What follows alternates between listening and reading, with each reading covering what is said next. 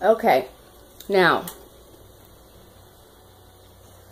naturally everybody knows all I'm talking about is the main things that are affecting my people on a regular basis around the globe, but specifically America and Texas.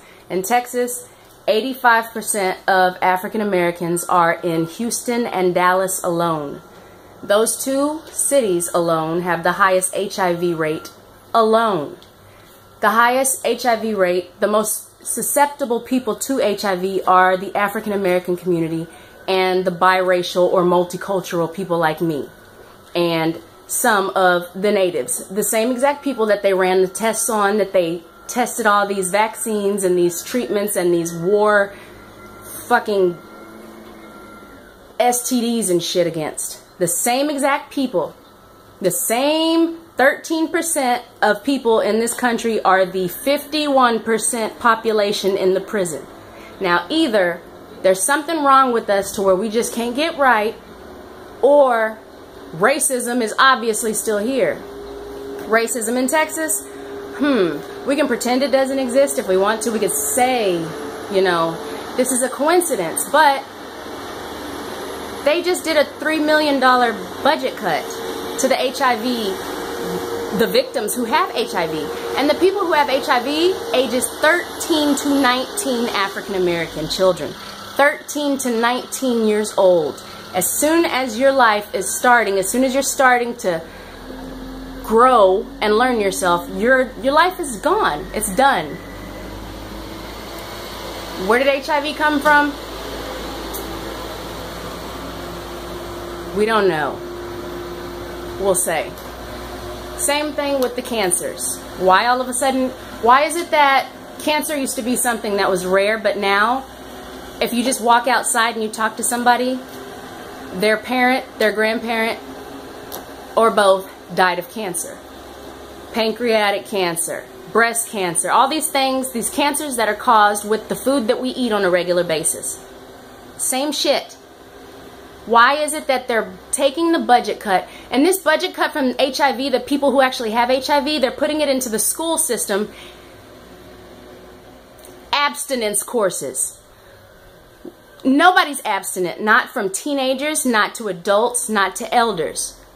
I mean, there's a politician here, the Republican, because obviously the GOP, they said yes. Let's go ahead and vote it, because yeah, they don't give a shit, because they know exactly which ones of us are poor and which ones have the HIV. They know this stuff. It's not a coincidence. They're killing us off the way they've been killing us off for hundreds and hundreds of years. It's just politically correct now, and it's financial, and it's illness. And then they're making money off of it. All this shit, they're making money off of killing us slowly. Arresting us, killing our children, overlooking it. No one's getting arrested for killing our children. The cops have always done this to us. They have always done this to us. And they have always done this to us. Nothing is stopped.